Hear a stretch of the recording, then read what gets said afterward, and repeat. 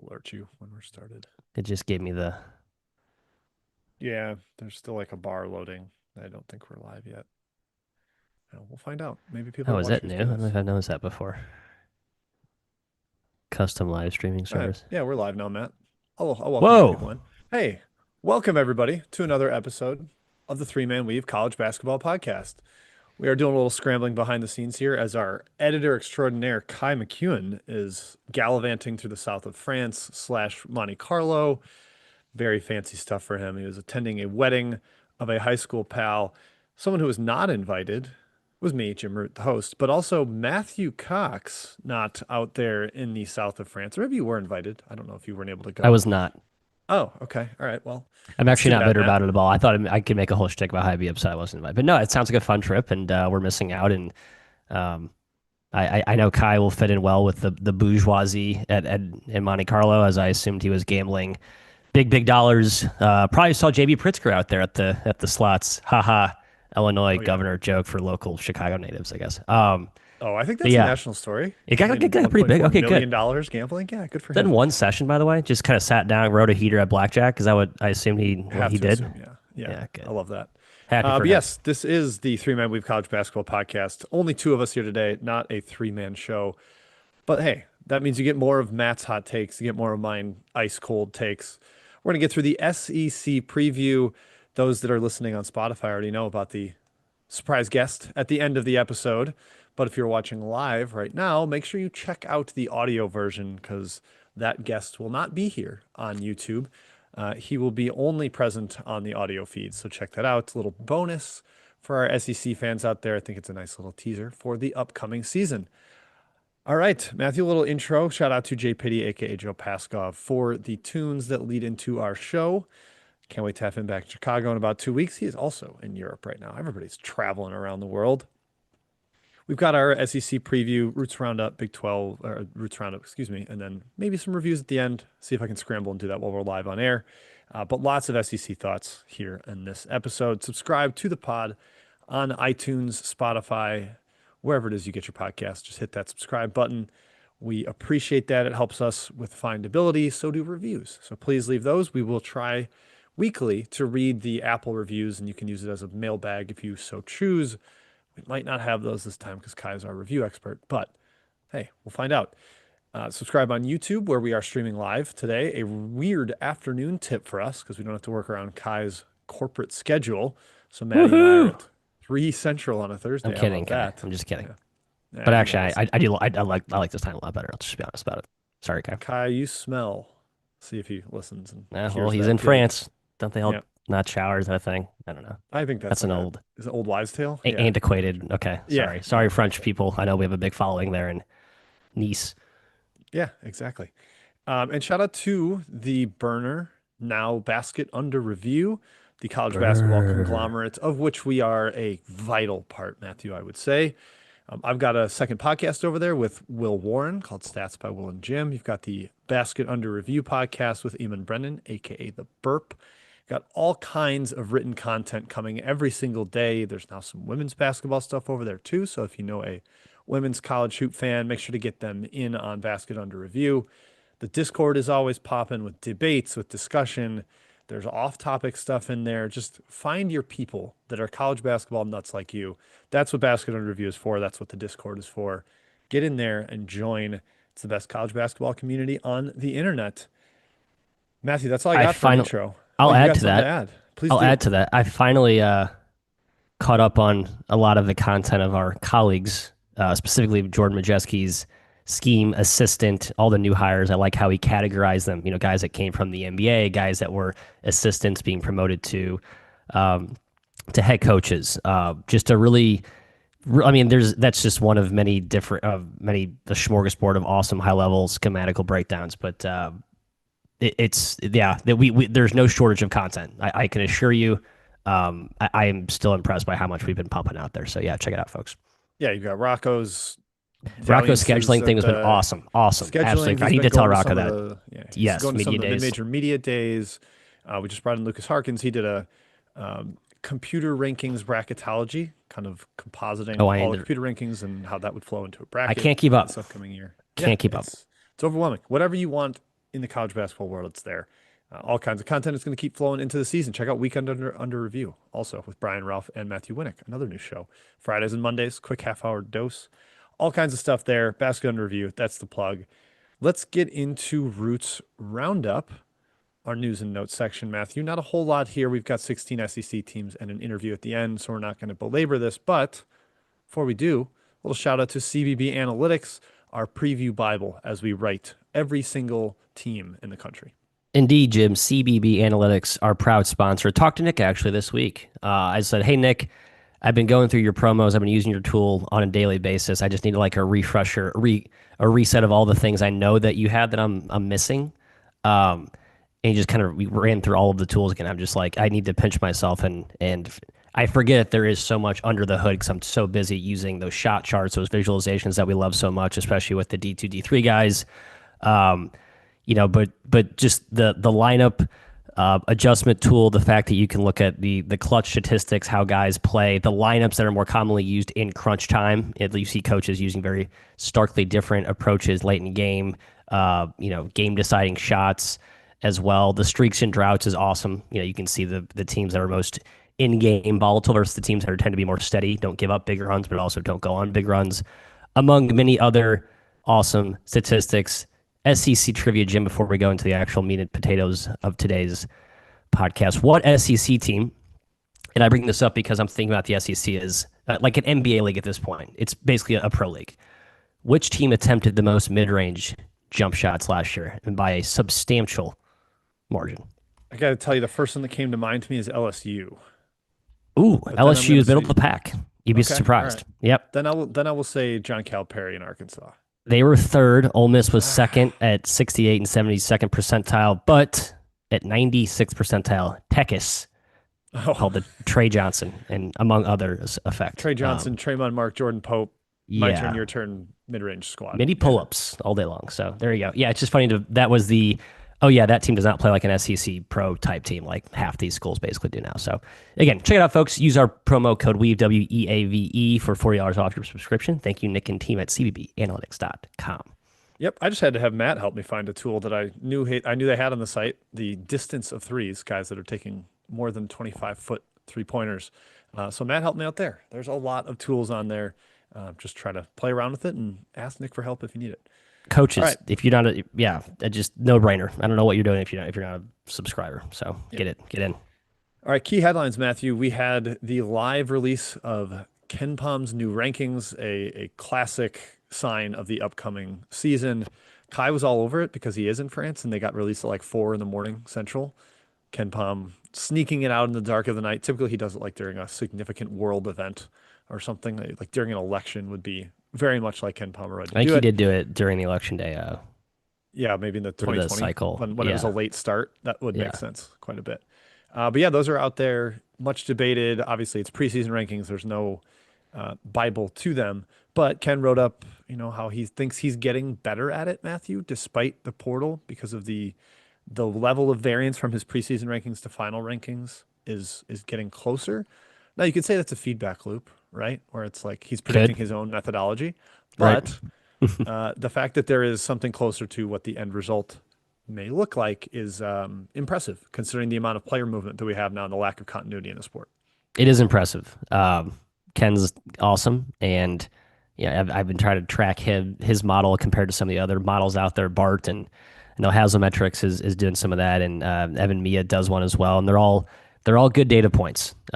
And I find them fascinating to see how accurate they'll trend the next 3 years with all the continuity to climb. But I do feel like they're going to be stronger than people saying, they don't matter. It's like, no, they're still really good at what they do. I think they're getting better every year at what they do, even though the data variables are constantly shifting. So nice job, Ken. Congratulations on your continued improvement. Yes, lots to jump in there. Also, one little thing for the gamblers out there, Matt, I think that is going to signify the addition of more conference markets out there. We've seen Caesars add a few more recently, Yeah. because there is that data point that odds makers like to use and go off of. Um, Keep an eye out for those markets. They've been flowing out, and it's been fun to sneak in a couple wagers on them. All right, not a ton of big news here. Nothing in the coaching world. I might have forgotten like a month type injury.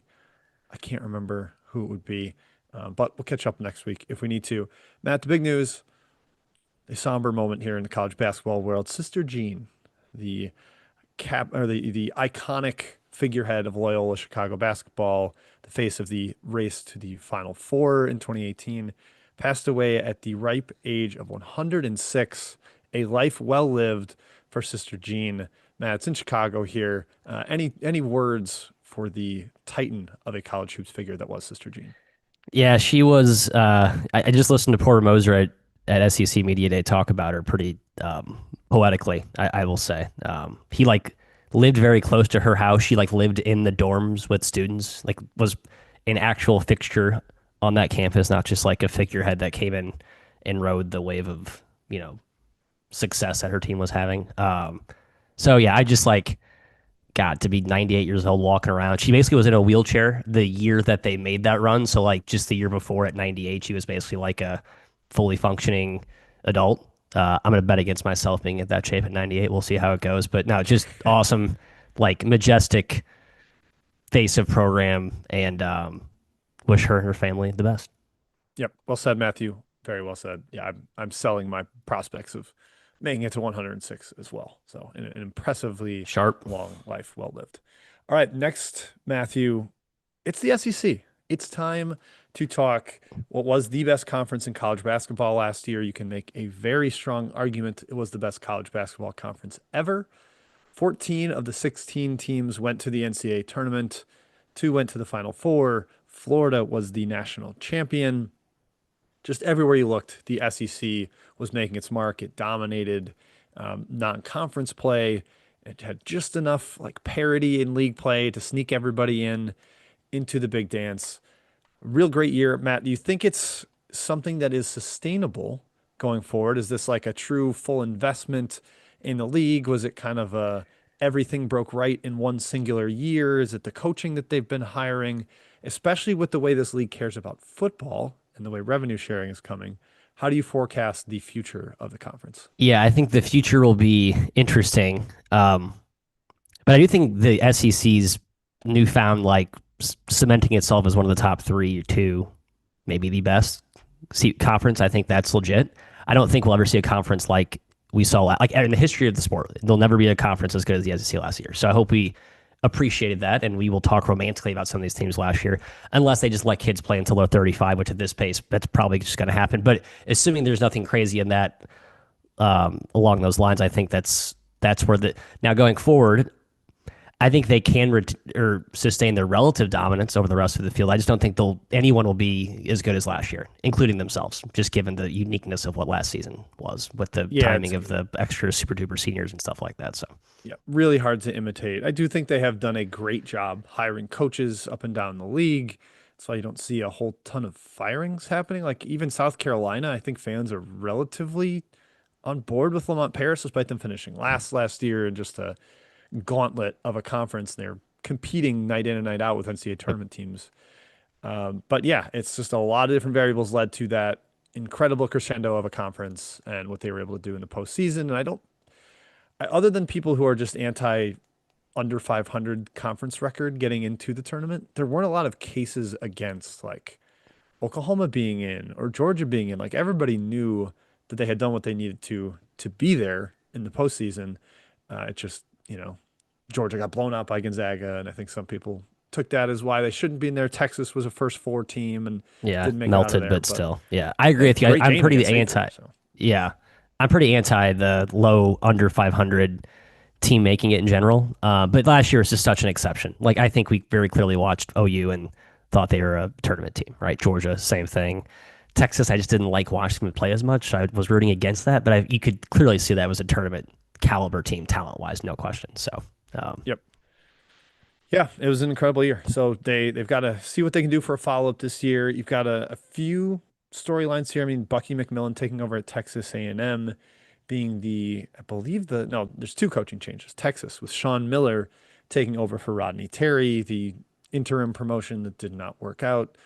Rodney Terry, maybe not whoa, 96th percentile of mid-range attempts in the yeah, future. all their team DNA stats just they stick out like an eyesore. So, yeah, writing was on the wall there. Yep, indeed. So, monitoring those two new coaching hires, can LSU and South Carolina bounce back after being the two left out of the party? Did not get the invite to the big dance last year. But hey, Vanderbilt returned to the NCAA tournament. Georgia returned to the NCAA tournament. It was a banner year, as mentioned over and over again. Matthew, for basket under review, this was a split job. The whole crew took four teams each. You, me, Kai, and our pal Will Warren stepped in this year to help us out. So we had to vote on the standings here. And this is what we came up with as a consensus in terms of tiers based on points assigned to our votes. Tier one was Florida and Kentucky, basically right up there, nationally elite, top five or so. Tier two, right around that top 15-ish, Tennessee, Alabama, and Arkansas. And tier three, Missouri, Vanderbilt, and Auburn. Also worth mentioning, there's a coaching change at Auburn. I'm sure Tiger fans are screaming into their machines about that. Stephen Pearl taking over for Bruce. We discussed that on the pod the last couple of weeks with that change happening. Matt, again, I think we talked about it then, but how much did that impact your SEC ballot and where I you went put Auburn? it went back and forth. I do think there is a pretty deep calling it mush is discrediting the quality of the mush, but I do think Auburn is in kind of the tier. You know, I think the gap between tier two, three, and four, and frankly five, is really close. I mean, you could, you know, I like to do the tier A, tier two A, tier two B tier. I was hoping to pull that card with some of these teams here. So Auburn, I think, is kind of just more in the thick of the middle to bottom part of the mush, whereas before I think they're the upper part of that mush, maybe more top five. But we've had questions about the roster all season, right? Just think it just doesn't look as daunting on paper. There's just more uncertainty, right? I think there's more question marks than what we're used to seeing.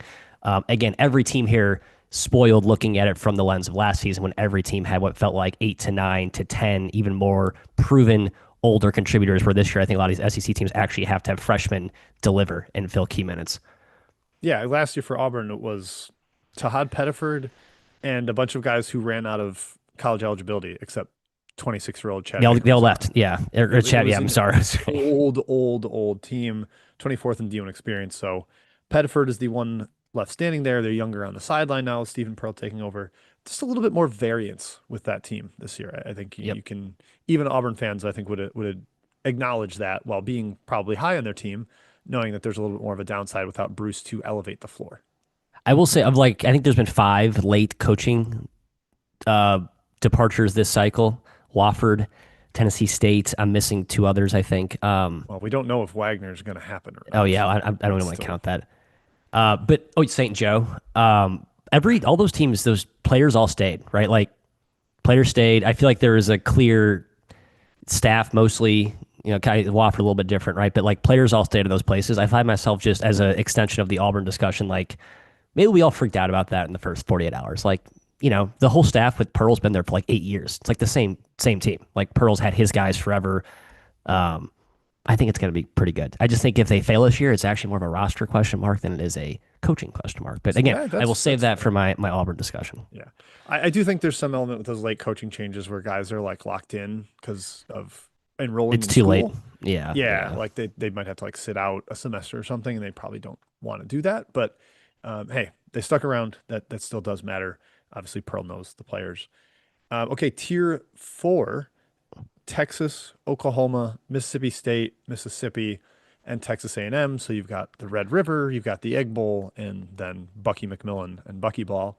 And tier five, where we shipped Georgia down to join LSU and South Carolina at the bottom. Matthew, I can't remember. Were you a little higher on Georgia, or did you agree that they are truly in the bottom three here? I am a little high. I have them in the tier above. Okay. And even even LSU, I flirted with the notion, but I just couldn't get myself to get there because I think there's one coach in this league that is sort of in like the floundering fish mode. It's Matt McMahon. So, um, fool me once, shame on me. Fool me twice, shame on me again. Fool me 3 and 4 and 5 more times, I might just be an idiot. I think it's how the Well, saying goes. So yeah, interestingly, Matt, when he was first hired in that team that was like half Murray State, yep. I think I was on board. I believe Kai was too, and you were the skeptic. And now it's kind of come around where he's had the SEC talent, and Kai and I were like, "Oh, I've had enough," and you were like, maybe I can That get was on a board." pivotal SEC summer, Jim. That was the Golden Gates and McMahon sweepstakes, And and Lamont look for those Paris programs and was Lamont part of Paris that as as well. well. Yep. And Mike So White was the other change. was that why? Why was the same cycle too? Okay, That's yeah. why Golden got the job. Yeah, yeah. Ah, that's right. Okay, There you go. Fortuitous parachute exactly. from Mr. White there.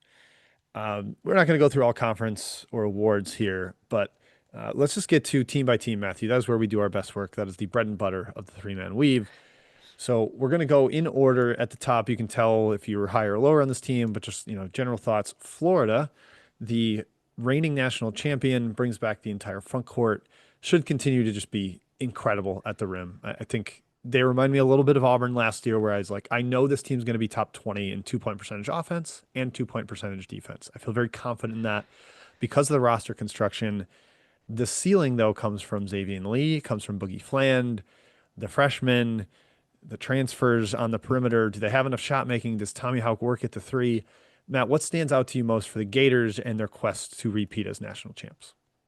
I think they're one of the few teams that have the true innovative style and have mastered it. Like I think it was Alabama was on the forefront 3 or 4 years ago with like true pace and space, but the new version of that is just pace and size, right? Two bigs, run the floor. The the reincarnation of valuing dominating the rim, not the 3 point line. Obviously, Bama wants to do both. All these teams want to do both, but Florida really leans into it. As we've seen some copycats. I mean, Gonzaga's been doing this for a little bit too. Arizona with Tommy Lloyd.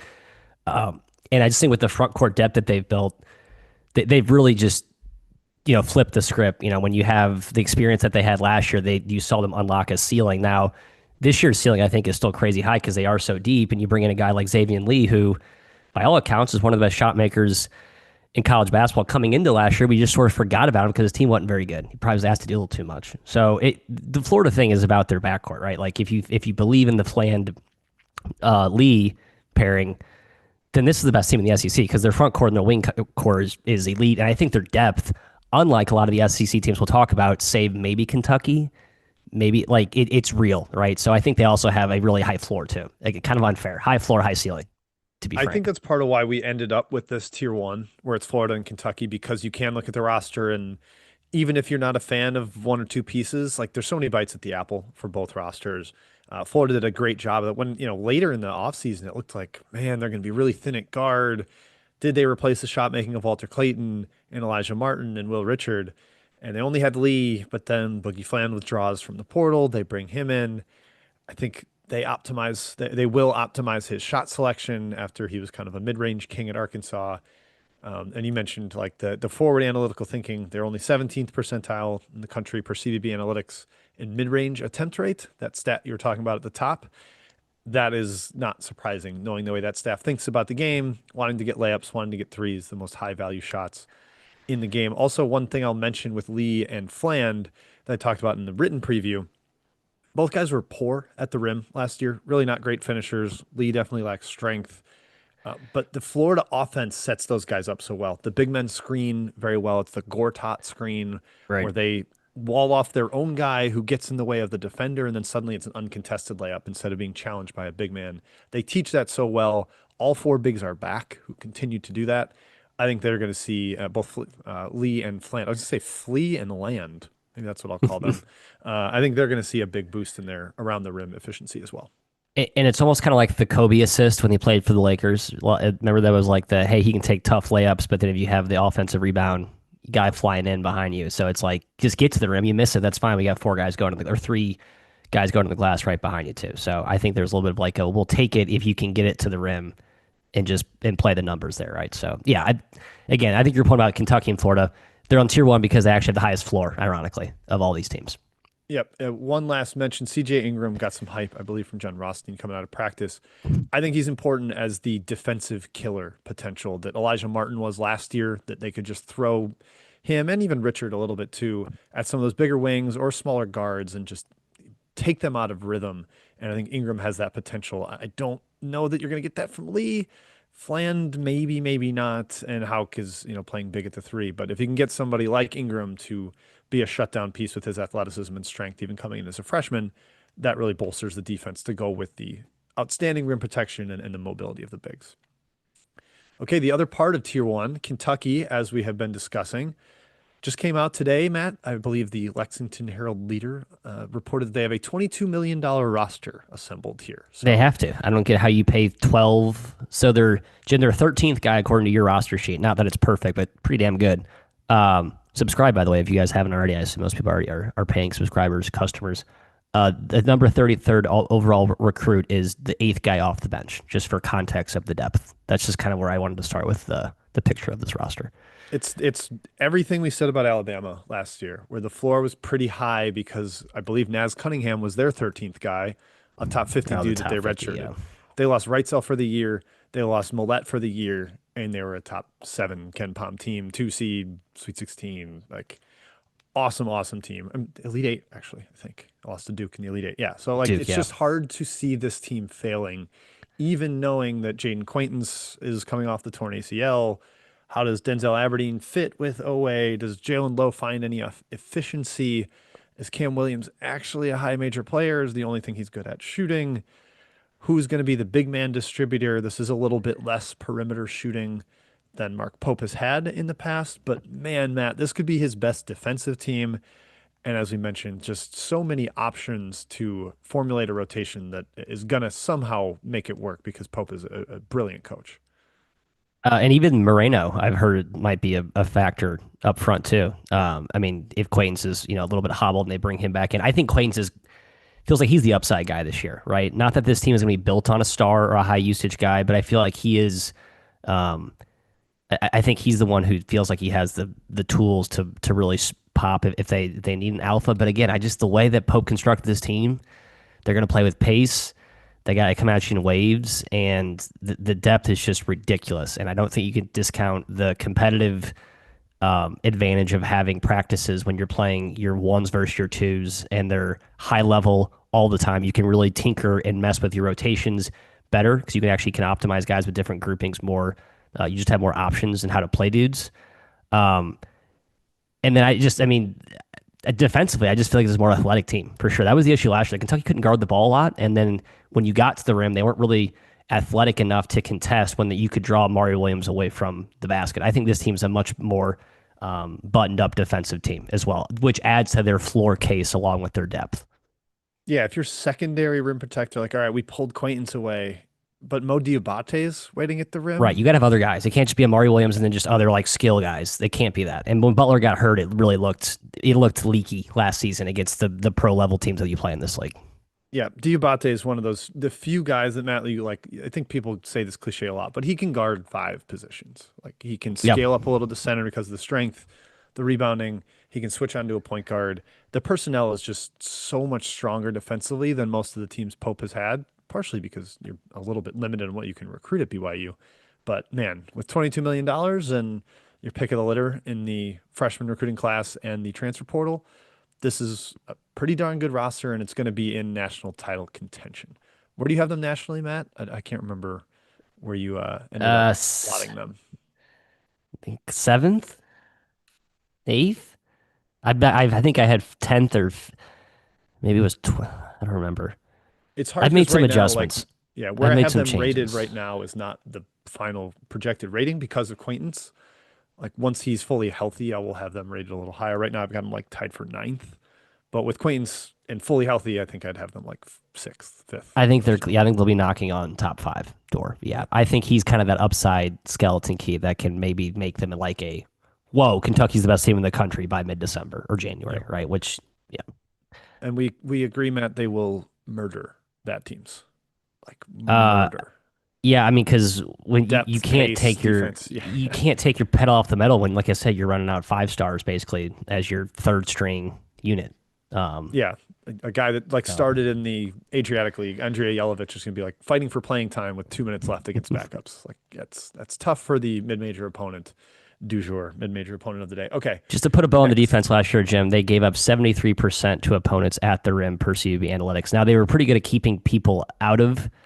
They kind of walled up inside. They didn't give up a lot there, but just no resistance. Again, when you can bring away 1 point rim protector, that was a problem, and I think Yep. teams found that out. All right, we will next move to Tennessee, the staple fixture of the top four in the SEC. Rick Barnes just wins, baby, wins. year after year, 2 years in a row, he's found a gem from the mid-major rankings last year. Chaz Lanier scored like crazy 2 years ago. Dalton Connect. Maybe not quite that level of player on this team, unless Matthew, Nate Ament, the uber talented freshman that's getting a lot of hype as a smooth scorer who can play the three or the four. He's long, he's 6'11, kind of the late growth spurt type, so he's got a bunch of skill. You get Jacoby Gillespie coming in, your boy, Will Bond, who you correctly forecasted was going to be a rock star last year, and I believe I incorrectly Casey laughed at you. Alexander, Jim. If you play for Casey Alexander, you have a chance to be a good ball player. Just kind of how it Well, works. tell me how Cade Tyson worked out, unfortunately. Yeah, bad fit. Yep, Bad there you fit. go. Agreed there. Agreed there. But so Gillespie is a star at point guard, like top 15 Yeah. player in the country, chance at All-American, a Two-way chance at player, SEC Player of the winner. Year. Yeah. Yep. Yep. Akpara is a great individual piece to anchor your defense around. They've got a deep front court. Cade Phillips is like sneaky Mo Diabate-esque in that I think he can guard everybody. He's an awesome athlete, played through a shoulder injury last year. I just don't know if they've got the same wing scoring pop. Ament needs to be a big part of that. Matt, do you view this? Where do you view their ceiling and their floor? That's what I'll ask you about the Vols. I think the floor's kind of low.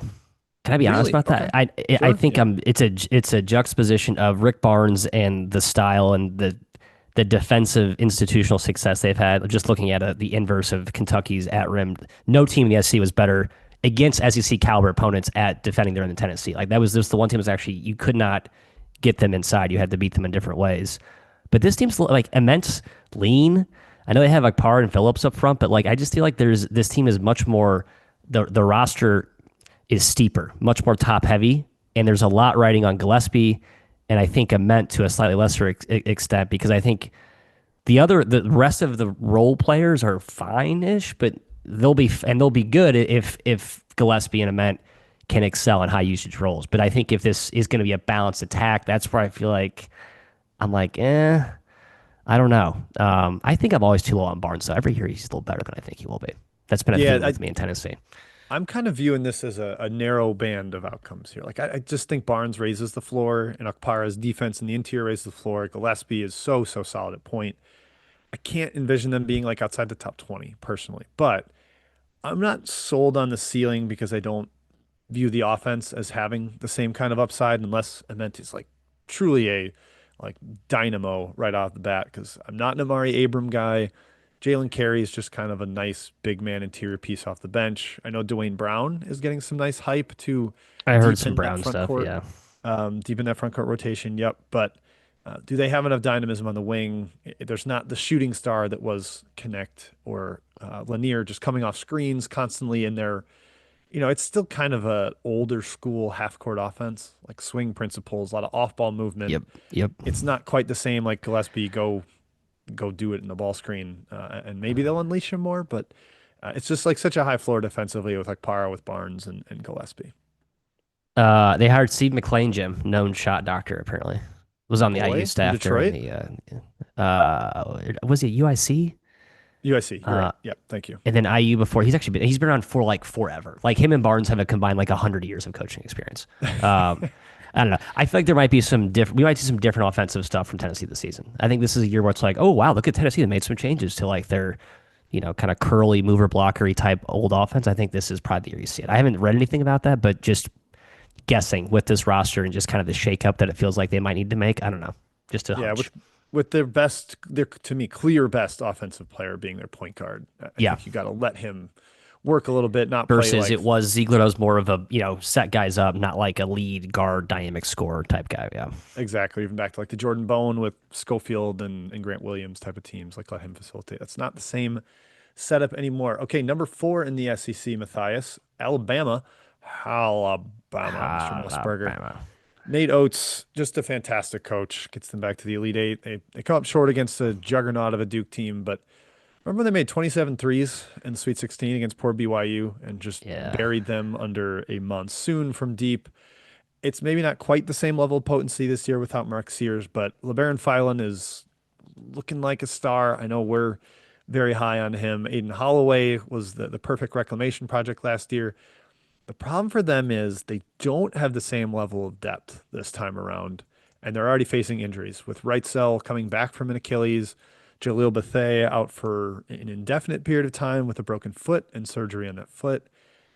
I don't know about the front court, Matthew. Like, I kind of like Taylor Bowen, but is he Alabama good? Noah Williamson's an odd fit to me. Sherrell's got to break out. You need a little contributions from the freshmen. Where do you view? This is a team I view with actually a little bit of a lower floor. I agree. I'll categorize this, and I think there's 9 teams like heavily freshman reliant bench, which a lot of these SC teams have talented benches, right? But I think there's a again distinction between a smorgasbord of these teams and then the top two that have like legitimate proven bench that looks more like the teams last year, not this season. I, Oates is harping on defense, and I feel like he always does. He's really harping on it this year, Yep. and it just doesn't. He's compare. Who did he compare to Herb Jones? Davian Hannah, the freshman. Yeah. I So have a hard time believing a freshman is going to be Herb Jones, Jones-esque. man, okay. I mean, he's had. I mean, like no one really saw the Brandon Miller thing going as like holy cow. Like so, he tends to get these freshmen going earlier than expected. And Oates tells it like he's not a Right. That's why I listen to Oates. When Oates talks, I Yeah. usually listen. I think he kind of has a pretty good beat on what's going to happen, what's coming.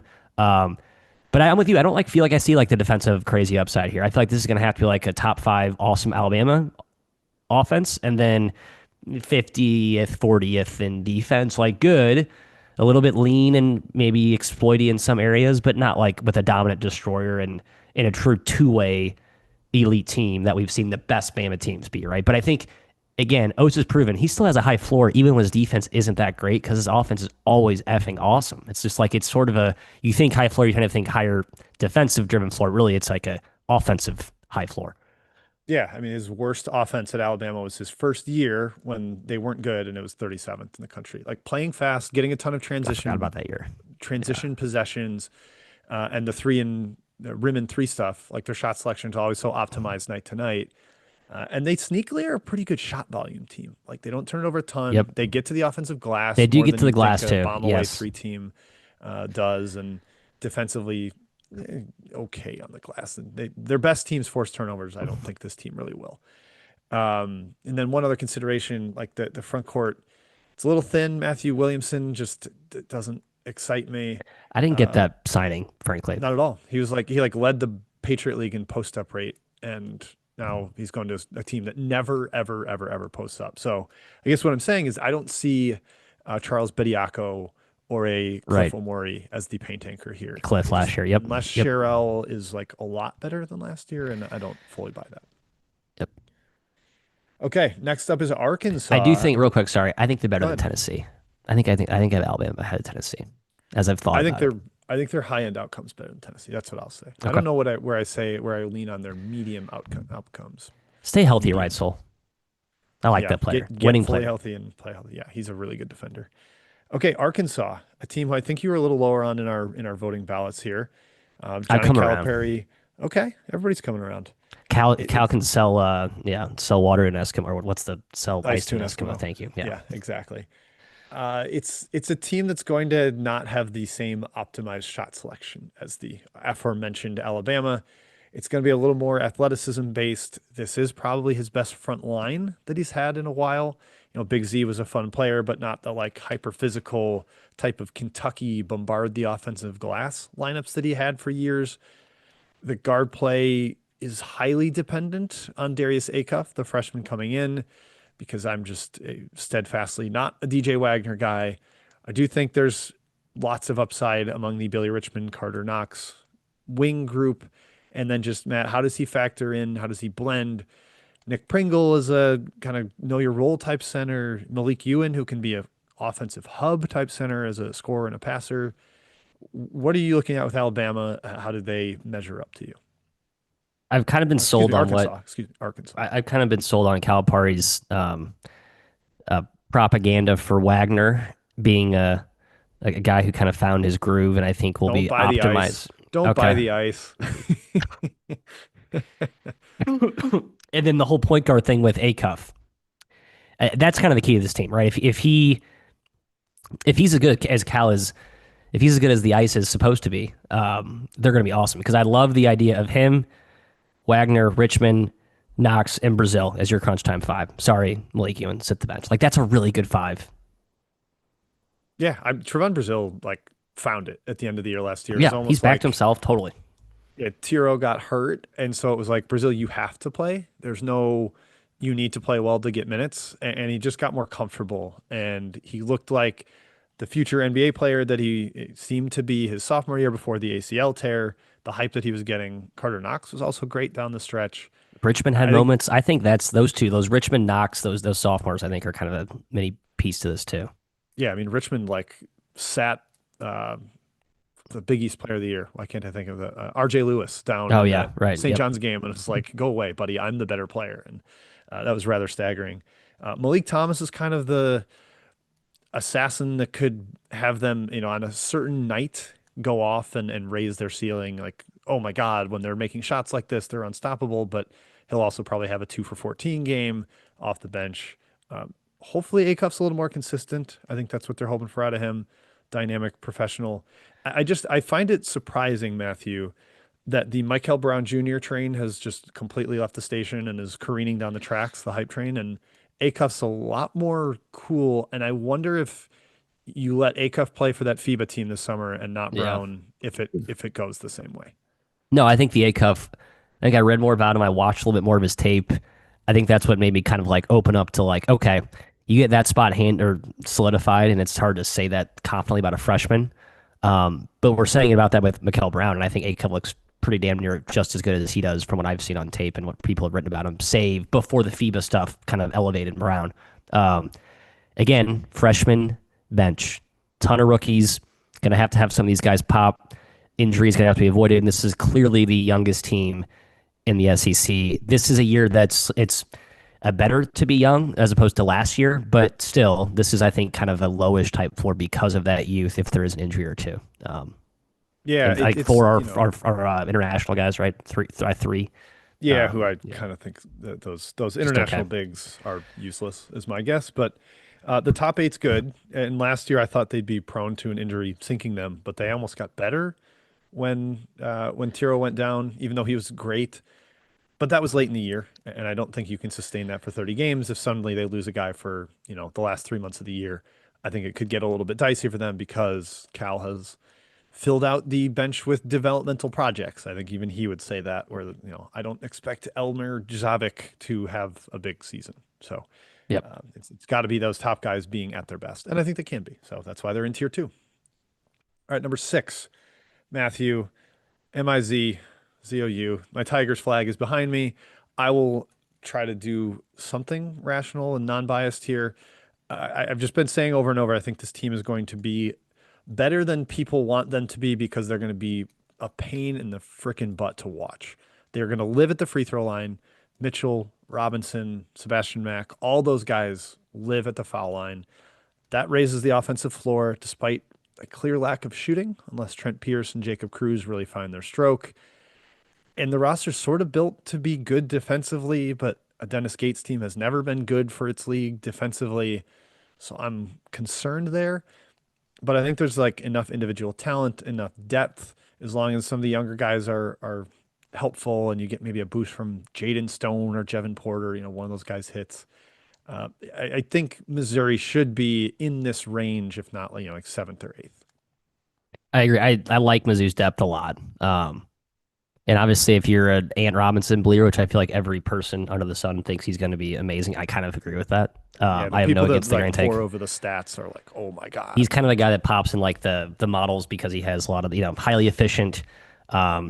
If you look at his shot, I mean, he doesn't really do anything. He does everything well. Like he can shoot from all over the floor. He hasn't just done. He just hasn't had done a high usage role. But the key is really what does the five position look like? Like, is that a Mark Mitchell small ball five? Is that a Mark Mitchell at the four, and you're kind of patching together weird fives like you have in years past with I don't know, Josh Gray last year, or who was your Jordan Wilmore the year before. This year it's Your Sean boy Connor Phillips, Vanover. Connor Vanover, who I was wrong about. But I actually do. I mean, Sean Phillips is like, I don't know, 15 minutes a game, sure. But that's kind of the conundrum. I think Gates is like, whatever, I'll get a five just to plug minutes if we need it. But like, I'm playing positionless. I want to spread you. I want to pressure and play with more positional length when you have a guy like Porter and Pierce who are 6'11, 6'10. Like you go 6'9, Mitchell 6'10, 6'11 at your 3 and 4 potentially with Pierce and Porter Boateng's got length. Even Barrett's got good size. I like Barrett's game a lot. Sorry, Barnett. No, Or Barrett. no, Teal Barrett. Barrett. Barrett. Yep. Barrett. Yeah, thank you. Um, I like this roster a lot. It's not as good as last year, but it could be close. It could get there in different ways. You're right. More of a gritty, get to the free throw line, a little better defensively, a little more, maybe a little more stable. Not as like Yes. That's exactly what I was going to say. I spurt, think not as spurty as last year. yeah, when Grill and Bates got hot, it was like, holy shit, this team is unbeatable. Like they are national title Final Four contender good, but then when they got pulled into a half court game by whether it's like South Carolina or Drake in the NCAA tournament, they look mortal because they're not getting these open looks and they're not able to 10-0 you real quick and put that kill shot on you, as it were. But I think they're just going to be consistent because they will live at the foul line, get a lot of free points that way, and they will still generate turnovers. Like Robinson and Mack is a tough on ball group, and they'll be really switchable when Phillips isn't playing. And I'm okay if he's only playing the big minutes against Yep. super big front lines. I think that's how it's going to be.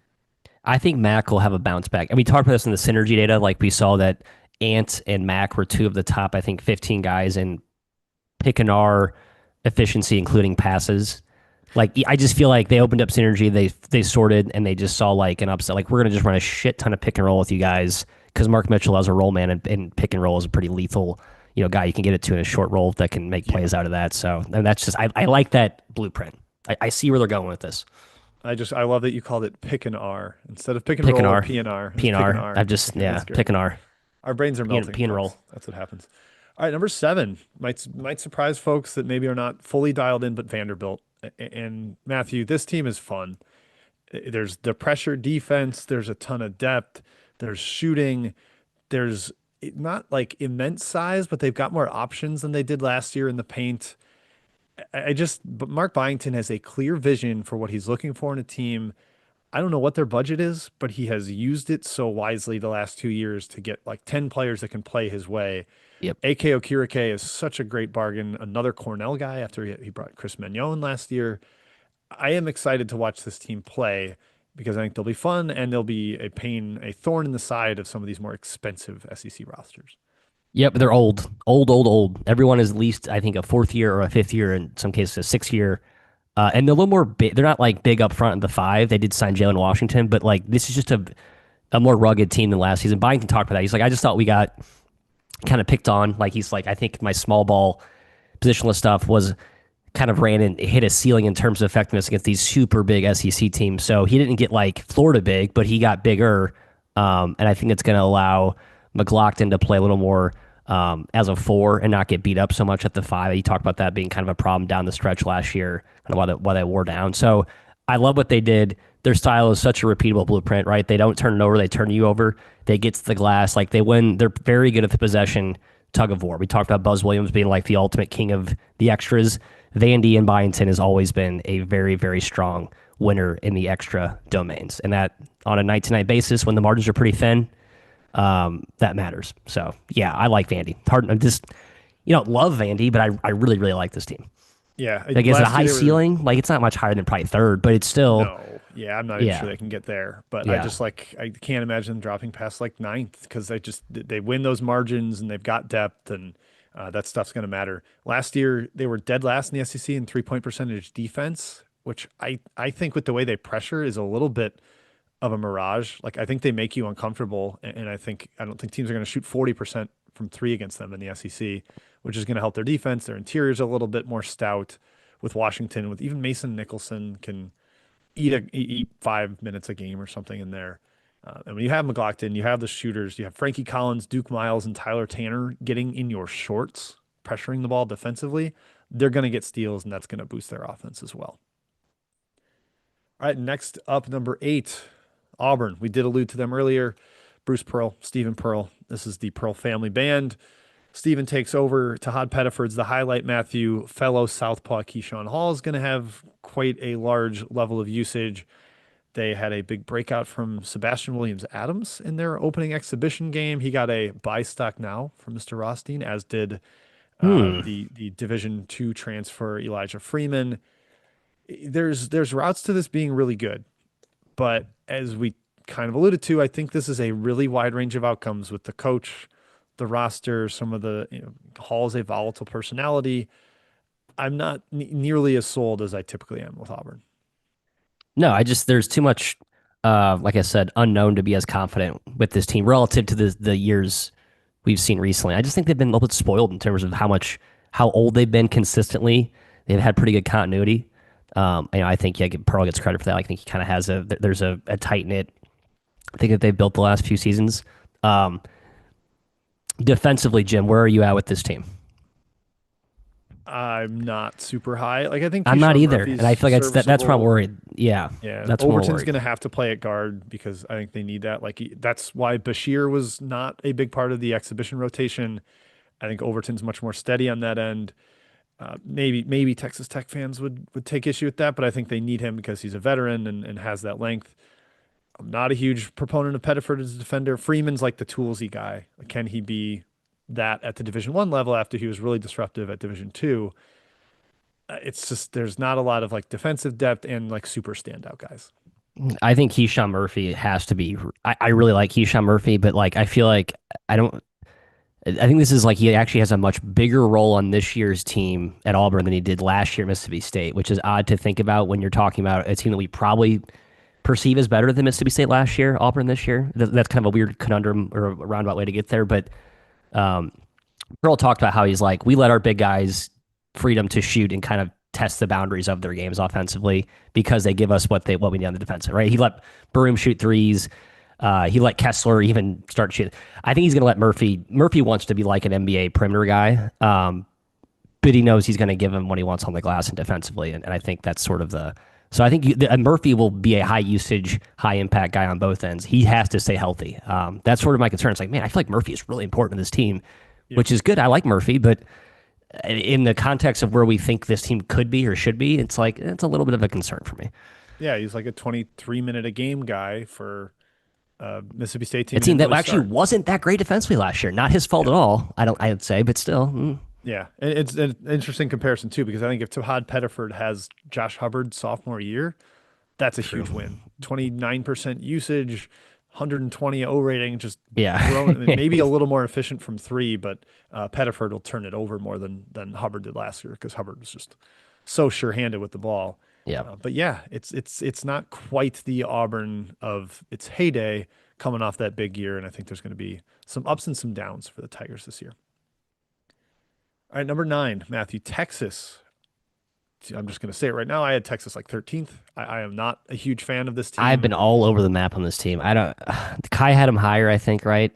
Yeah, but then we voted, and he's like, "Man, maybe I Yeah, we kind don't of know him bullied that Kai. much." We did bully him a little bit. I Yeah, know. Sean Miller's Xavier years were just relatively uninspiring to me. His best year was with Travis Steele's players, which it was a little bit concerning. I know they had some injuries, but still, I did not feel like last year's roster was maximized at Xavier. And now you've got Pope, Mark as chuckers. I don't know what Simeon Wilcher is going to be here. I can kind of squint and see the defense being really good. Like Dalen Yeah, I Swain, think so too. good defender. Trayvon Mark should be a really good defender. I kind of think Cam Heidi is solid as that 3-4 optional lineup type guy. They're just missing the anchor. Like Vokia Titus is not going to anchor an awesome SEC defense. Neither is No, Lassen and Traore. Like they can rebound, but they're not like shot blockers, stout, incredible verticality guys. Even Declan Duru, the German, I was impressed with him this offseason as like a versatile forward. But if they had a true 5-man anchor, I could go all in on this defense, but I can't quite get there. and they also poached Tang's defensive coordinator, Malagi. Malagi, right? So for all the Jerome Tang is, I'm sorry, yeah, is a great defensive coach at K State. Malagi was behind a lot of that. They bring him into Texas. I think schematically, you can think that they're going to be better. I think there are pieces here to be good at being better on defense. Um, but yeah, offensively, it's just like okay, I can see some. Yeah, there's pockets of talent. I think it's a deepish team. I just keep going back to like I don't know what my Sean Miller opinion is at this point. I feel like I'm just so confused. I feel like I've I don't want to be the guy who reacts to one weird year in the portal era. I think that's the biggest mistake we'll make with coaches as we look back 5 years from now on what we thought now and the year before currently based on just your year to year thing can be totally just a personnel whiff here or there. So taking a step back, I think middle of the pack is a fair spot for them. I feel more confident that they end up going low to where you had them than high for sure.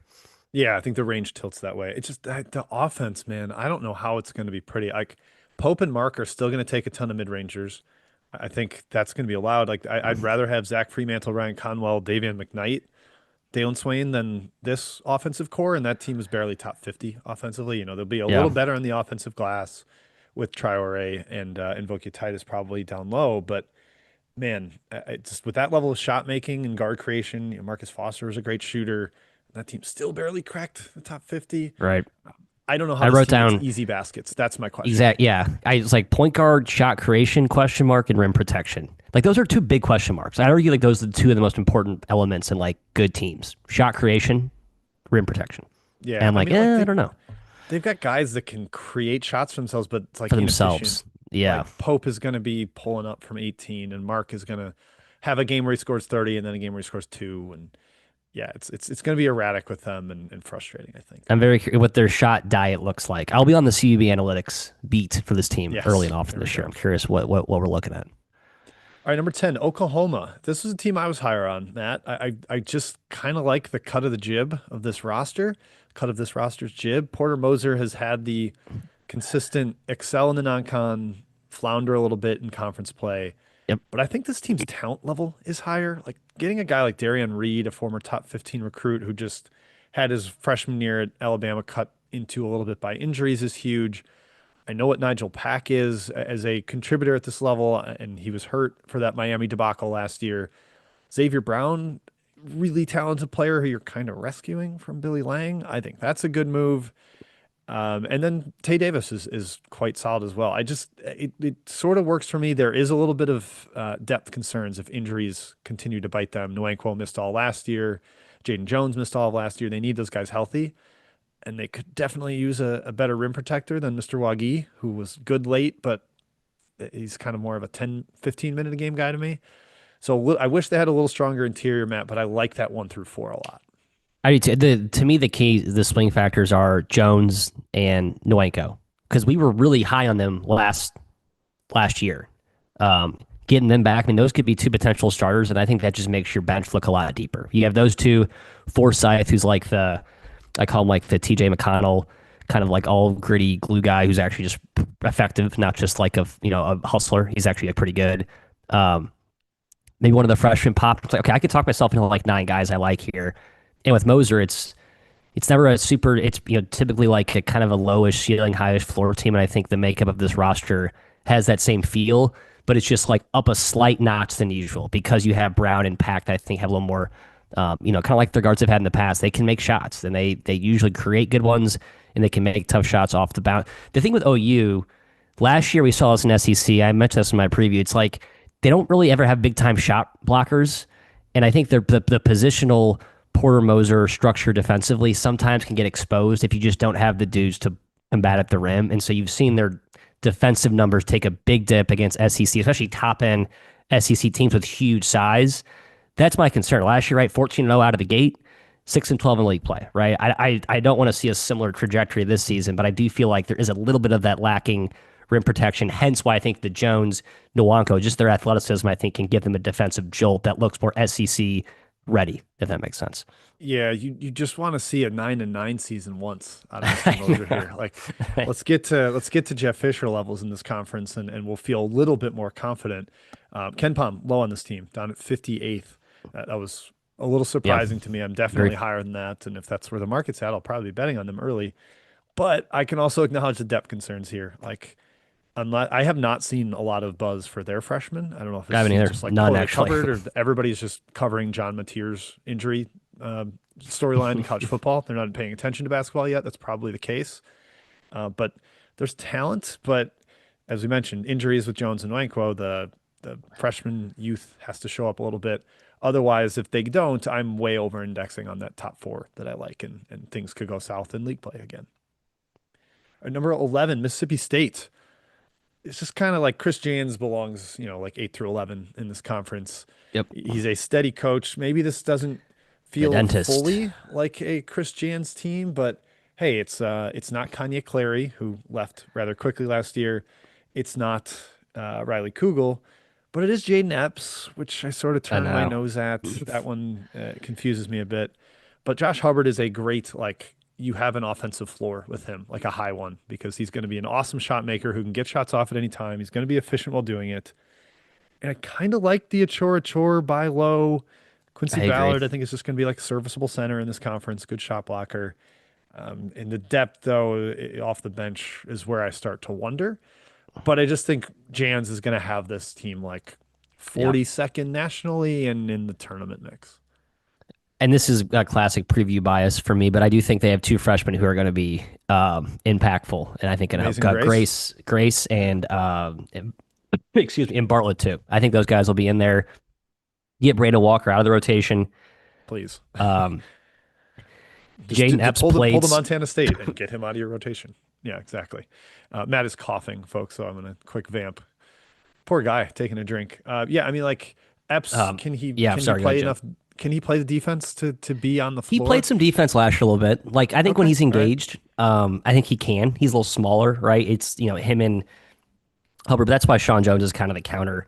The thing with this team, I just think you lose Cam Matthews, man. That's just such a It's a like he great was point. such a heart and soul dude for that team, and I think Jans even is like kind of caught in this between a rock and a hard place with what this team's identity is, like because he finally made the hey, look, we're more modern, we can score points. Thank you, Josh Hubbard, for that last year, right? But now they lose the defensive, you know, offset to Heart that and with soul. Yeah. Matthews. Yeah, and I just don't, I love Ballard though. I think Ballard's going to be the answer up front. I think he can be sort of that last line of defense that maybe covers up some instability defensively on the perimeter, frankly. That's my hope. And again, I do think they get some good minutes from their freshmen, but Yeah, I think he'll develop the big man well. Ballard will look good in there. But I probably underrated Matthews' loss because I thought he was so incredible last year, not just defensively, but he ended up being their offensive facilitator type. They ran a lot of stuff through him, yep. like dribble handoffs to Hubbard to get him kind of hidden behind that wide body of Matthews and get some deep threes up. Is it a little more conventional this year? How does it work? Like, I don't, do you maybe try a chore in that role? He was so fun at Samford and then just flamed out royally at Kansas State. That didn't work, but could be a fun reclamation project in this conference and under Jans's tutelage. But I do think this is kind of the lower ceiling, trusting the coach to raise the floor type of outcome. Now we've got the other side of that Egg Bowl dilemma here. Ole Miss, who, if no one watching this live knows that Chris Beard is joining us Thank you, after Chris. this preview ends. Coach Beard will talk a little bit of Ole Miss and just a little bit of the landscape of college hoops. So we got a cool interview with him coming. If you're listening on Spotify or whatever, you know that based on looking at the description of the episode. But yeah, down here at 12, Matthew. I'm sure Mr. Beard would take offense to that. I He's know. much higher in Ken Palm. He's almost as high nationally at 24th as he is 12th in this conference. But them's the breaks in this tough league. AJ Storr is a bit of an interesting component here. We asked Mr. Beard about that. But I trust the defense, Matt, with him and Mark Adams on the sideline. And I think the personnel is enough here with what he brought in the portal that I was a little higher on them, I believe, than you two in our top 50 countdown. And I think I'm going to stay that way. I'll be closer to where the market is if the market has them a top 25 team. Yeah, this is, I don't want to, I'm trying to pick my spots where I highlight the international guys. Oh, Camerdine, my boy. But he's really good, right? Like there's probably, I think, I don't know, 10 to 15 international guys, like maybe, yeah, probably 10 to 15 that are playing on big time teams that are going to have big time impacts, right? Like UNC, we talked about, Luca, we talked about Novak, the Virginia. Virginia guys. Yeah, but like Ilias is one of these guys, right? Like going to be like a lead shot creator. I think he could really help a lot of these pieces fall in place. So that's sort of where I think he's the domino you got to track.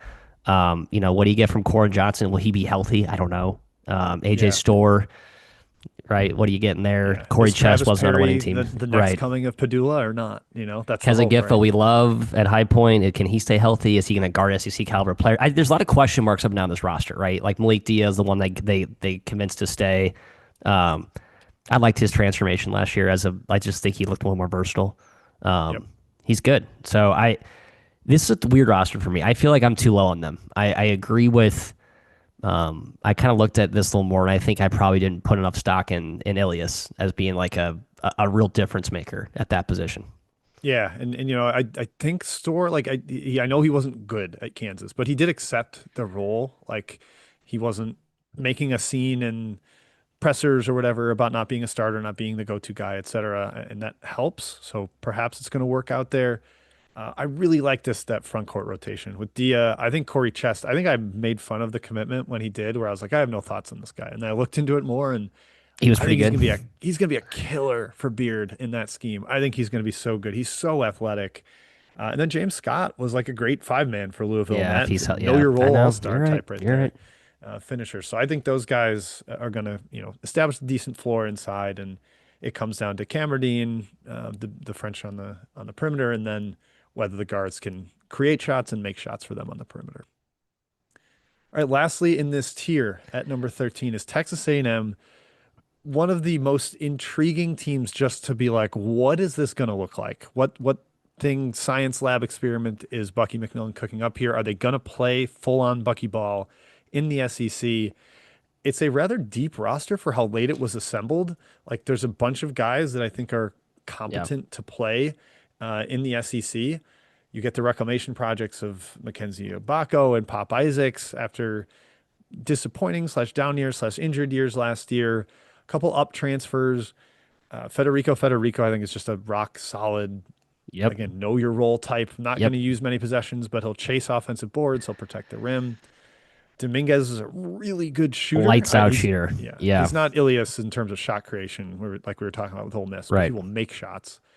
And then you had Bucky talking about Rashawn Agee being the face of their program and that ridiculous court hearing where they're trying to get him an extra year. And He's they got useful. it. That's what he They is. he got it. Yeah, he's whatever.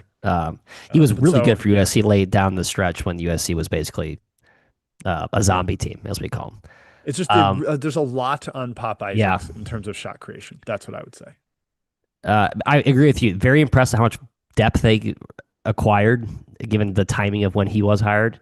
Um, and fit wise, I actually kind of think it does make some sense. Like I love Mbako as like a in a spaced out offense to see his skill set actually weaponized outside of the Mike Woodson purgatory of archaic offense. Like I love that Rylan Griffin.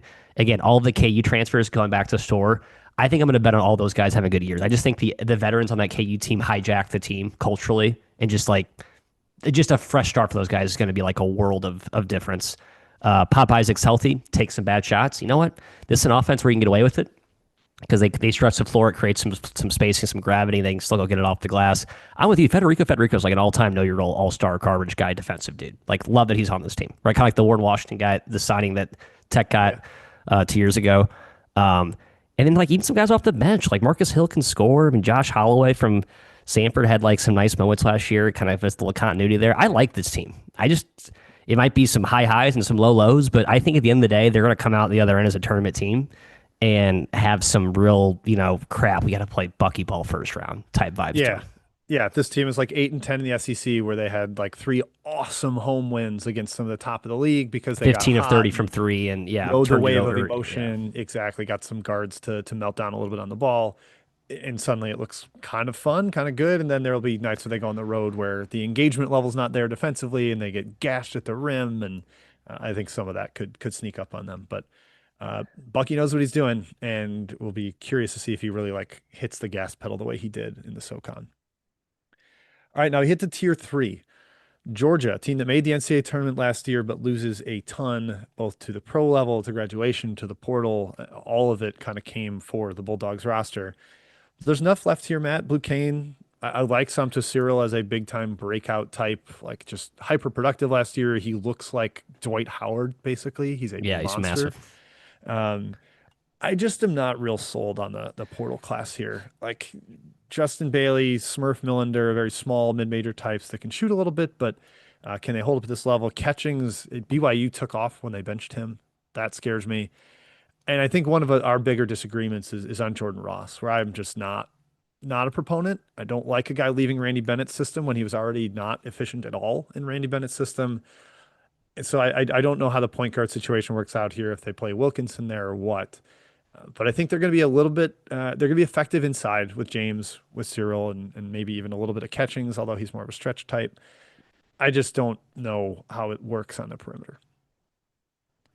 Um, so I was looking at the splits here. They they weren't that bad of a shooting team last year. I thought they were a lot worse. They didn't shoot any threes. They were very interior focused last Yeah, year, right? yeah. I mean, Because they were huge with Newell. just Like they had big like six. men. Like Justin Abson was Yes, Defensive Player of the Year in the Sun Belt, and then he came here and warmed the they bench. had some men. They're big. They looked old. This year's team looks a little younger, a little more, a little leaner. No So I have senior on question the marks. roster besides Bailey. Yeah, him and Right. Abson, who like might not play.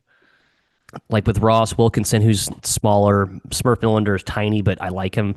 Um, so I think White feels like he's going to probably try and recreate some Florida-esque pressure to create a good defense as opposed to just being like physically, structurally sound.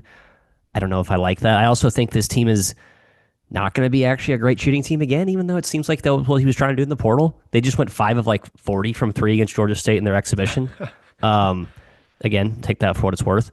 Um, there's just too many like one way guys in this team. Did we talk about how it's like you got to have two-way assets for your top end like team? Like Millender, Bailey, like yeah, they can shoot. Millender can create, but like is he gonna guard on the other end? Like Jordan Ross, I just think there's a little bit of like you gotta pick and choose your matchups based on one sided defensive or offensive value. So yeah, I'm with you. I think last year was kind of a perfect concoction of a breakthrough. I think this year, you're right, Georgia probably does kind of take a slight step back. I was higher in this team a month or two ago. I really kind of looked at it closer and just, man, maybe I just don't see if I see the upside. I think the floor is Yeah, actually still pretty high, but I just don't think I see like top 8, top 7 seed tournament upside like I think they had last year. And again, no one really saw it last year either, but I yeah, think this is harder to see than last summer's yeah. perspective, maybe. I think this team could fall to like 80th nationally, which feels really harsh, but I know what looking back, I know what the identity of last year's team was. Like Yeah, just we do. dominate Yep. with a lot of size, waves of bodies inside. Their guards were big. Demery on the ball, Blue Kane, a couple of 6'5" guys. Now they've got like smallish guards. They're not as deep up front. They're going to try to play like 4 out a little with Catchings, who like wants to shoot at all times. Like why he left Yeah. Purdue, he wants to play, he wants to shoot. I think it's a little bit more volatile, a little more conventional, and I'm just skeptical. But still high Number, floor, right? Like I mean, I said they could fall to 80th. I think I I don't know it know. feels pretty like a high floor to me. Georgia, I know it's I'm again yeah, right.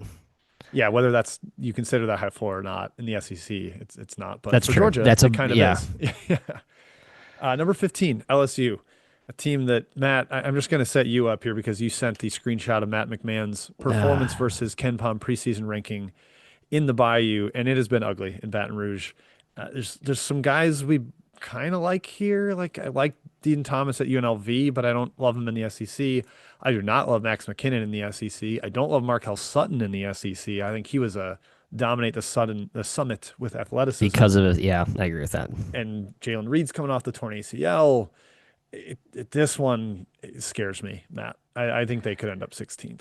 I agree. I think McMahon is like he fell in love. Like I like DJ Thomas, um, but like it seems like we're putting a lot of chips in DJ Thomas, a guy who doesn't really defend and hasn't proven himself anywhere near like SEC caliber in terms of I don't know. I actually like Rashad King a ton when he's healthy. I think he's like actually my favorite player on this team of the newcomers when Wow. healthy. Okay.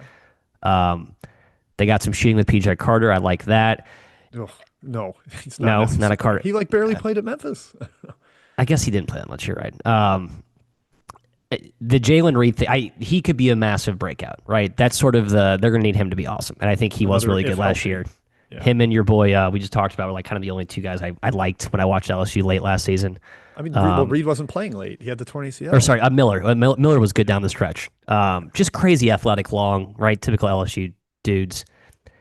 I don't know. Every year I talk to myself, I'm like, oh, talent's there. It's like it's Matt McMahon without John Morant. Like what? Like where would he be right now? Like without that team, like where would he be?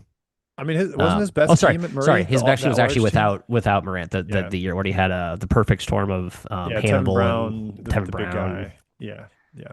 KJ Ham. Williams, right? Yeah, yeah. Yep. KJ Williams. Yep.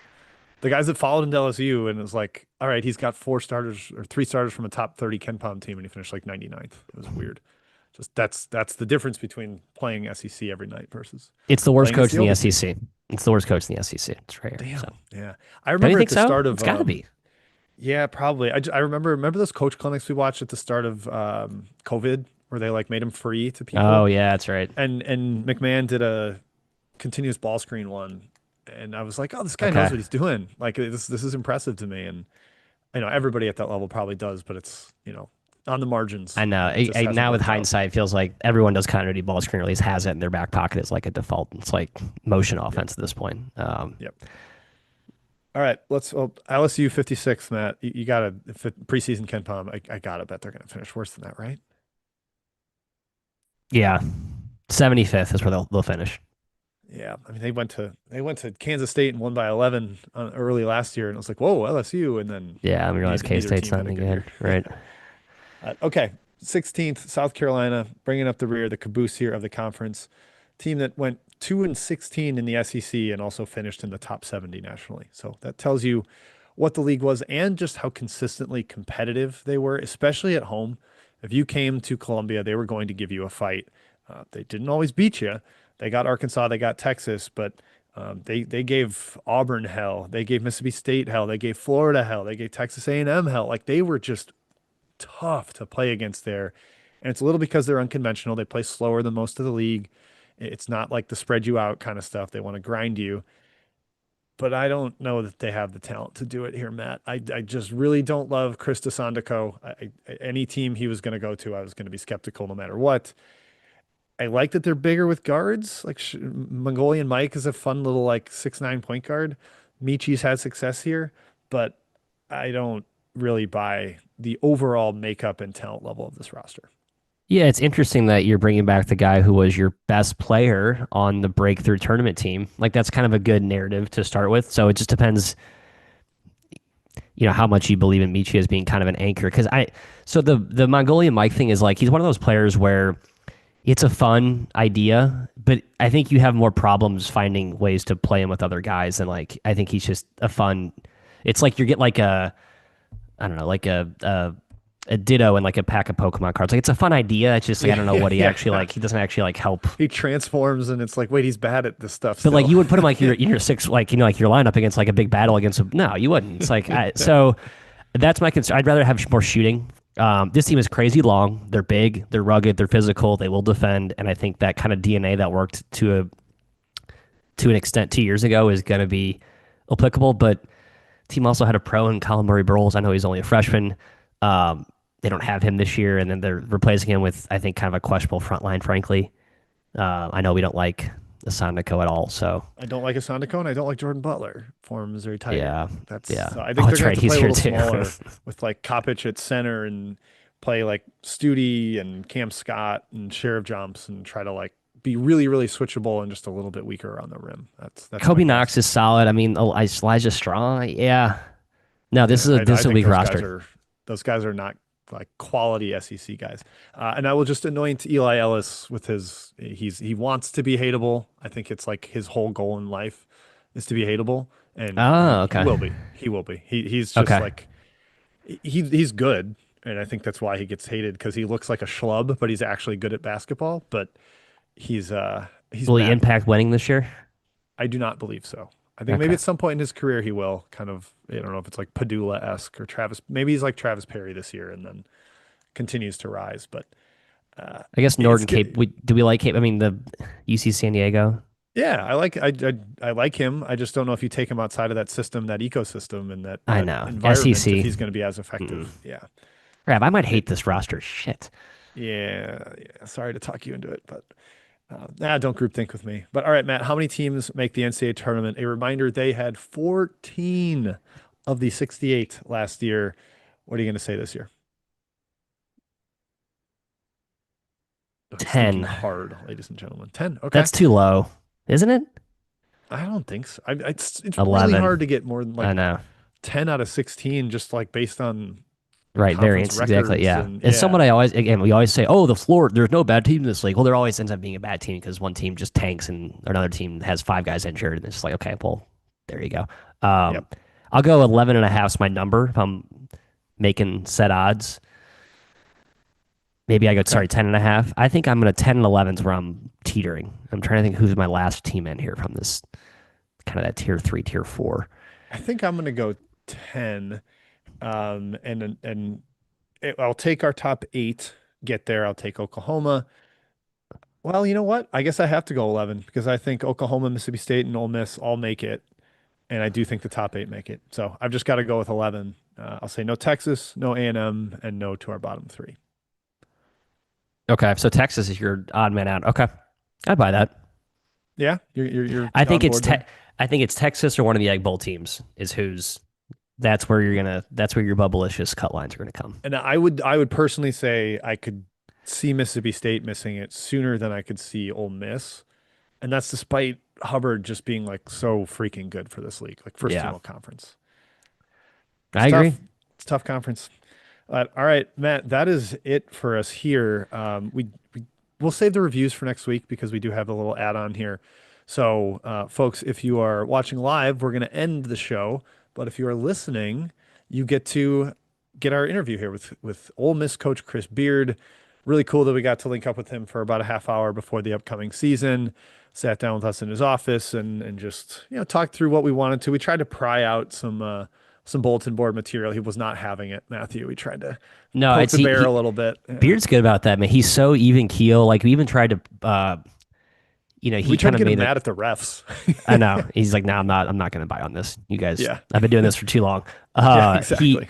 I did kind of like he talked about how he loves his staff and he feels like his staff is pretty cutting edge in terms of like innovative things and the way they think. He's just like a lot of coaches out there promote that about themselves and like that's just not what we do here. I think there's sometimes I miss that as like a oh, I like this coach. He talks about this. Wow, look at where there's probably a lot of smart coaches that just, frankly aren't maybe saying as compelling things in interviews or talking as like bluntly about it. I think that was a very insightful point that maybe I should pinch myself on. Yeah, as we read all that stuff, man, it's like a whole different language, like Yeah, interpreting the coach speak and reading right. between the lines and between the lines of the lines and all that. Yeah. But it was really great to have him on. I hope people enjoy that. We certainly did.